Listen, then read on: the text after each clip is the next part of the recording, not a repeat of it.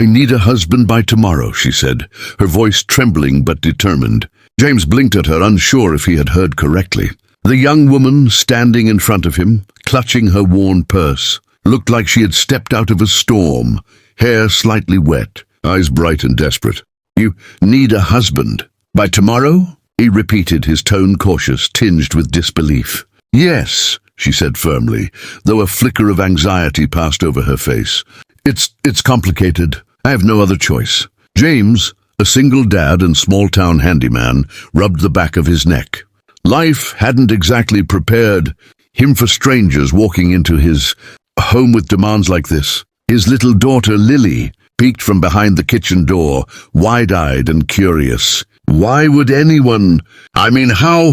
James stammered, trying to find words that made sense. She sighed and sank into a chair, her hands tightening in her lap.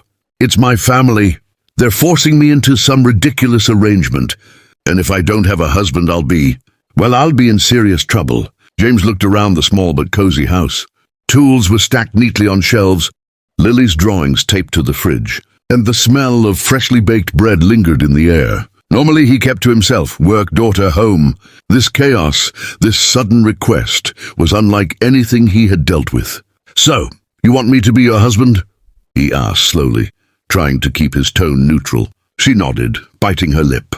I know it's sudden, but please, I don't have anyone else. You're kind, you take care of people. I thought, maybe. James pinched the bridge of his nose. I don't think this is how marriage works, he muttered. I'm not asking for love, she said quickly. Just shelter, security, someone to sign the papers with tomorrow. He stared at her, disbelief mixing with a strange flicker of amusement. He glanced down at Lily, who had now shuffled closer, curiosity written across her face. Well, James said slowly, his voice hesitant but steady, if it's tomorrow you need a husband, then I guess you'll live at my place tonight. Her eyes widened. Relief, panic, and gratitude collided on her face. You'll do that. I said live here, James clarified, raising an eyebrow. We'll figure out the rest tomorrow. No promises about hearts, only roofs and safety. The room was quiet for a moment, the tension easing slightly. Outside, the sun was setting, painting the small town in gold and pink. And inside, a stranger's desperate request had just become an unexpected new beginning for all of them. That evening, the house felt different. The young woman, whose name James had learned was Emma, unpacked a small bag in the guest room while Lily hovered nearby, curiosity written all over her face. Emma moved carefully, as if afraid of breaking something, while James cleaned up the dinner dishes, trying to ignore the pounding in his chest. This is weird, Lily whispered, tugging at his sleeve. She's living here now? James gave her a small, reassuring smile. Yeah, weird can be good sometimes.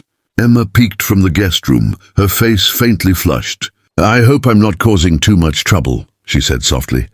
You're fine, James replied, keeping his tone light. Just don't touch the tools in the garage. Lily, don't let her near the stove without supervision. Emma nodded, grateful. I'm not used to this, she admitted. I've always had to take care of myself. James leaned against the counter, studying her. Something in her vulnerability tugged at him. This was no manipulative scam, no prank. She truly needed help. And something about her honesty, about the way she faced him without excuses, stirred a protective instinct he hadn't felt in years. Dinner was simple, roast chicken, vegetables, bread fresh from the oven. Lily chattered non-stop about her day at school, glancing nervously at Emma as if gauging her reaction. Emma smiled politely, listening attentively, and that quiet, careful interest in Lily made James's heart soften further. After dinner, James cleared the table while Emma helped Lily with her homework. The soft sounds of pencils scratching paper filled the kitchen. James watched from the doorway, a strange sense of calm settling over him. He realized how lonely his small house had been, how predictable his life had grown. Thank you for letting me stay, Emma said later, her voice barely above a whisper, as they sat on the living room couch. I didn't know where else to go. James shrugged, trying to sound casual. It's temporary. Tomorrow, we figure out the rest. Don't worry, you'll be safe here tonight. She nodded, eyes bright with unshed tears. I know. I can't tell you how much that means." As the clock ticked closer to bedtime, James noticed the small details, the nervous way Emma tucked her hair behind her ears, the way Lily's laughter seemed to lift something heavy in the room, the subtle tension in his own shoulders easing. For the first time in a long while, James realized that sometimes the strangest requests, the most impossible situations, could bring unexpected beginnings and maybe, just maybe, a new kind of family. Tomorrow would be the real test. But tonight they were simply together. The next morning arrived with golden sunlight streaming through the windows, painting the small house in warmth. James stirred first, listening to the soft sounds of Emma and Lily in the kitchen. For a moment he paused, taking in the sight. Emma carefully pouring cereal into a bowl while Lily chattered excitedly about school projects. It was ordinary, domestic, and yet for James it felt extraordinary. He joined them, carrying mugs of coffee. "Morning," he said, voice rough from sleep. Emma looked up and smiled softly. "Good morning," Lily grinned. "We're making pancakes today," she exclaimed, holding up the batter with pride. James chuckled. "I guess I'm on dish duty again," he muttered, setting down the mugs. Emma hesitated, then cleared her throat. "James, about last night, I know asking you to pretend to be my husband is absurd." James shrugged, keeping his expression neutral, though inside he felt something shift. "Maybe, but sometimes life doesn't wait for perfect timing." Emma bit her lip, looking nervous. I didn't want to impose." "You didn't," James said firmly. "Not here. Not with us." The conversation was interrupted by the doorbell.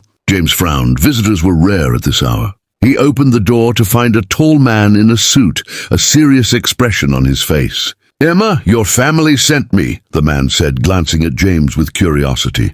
"I was told to check if everything was in order." Emma froze, panic flashing in her eyes.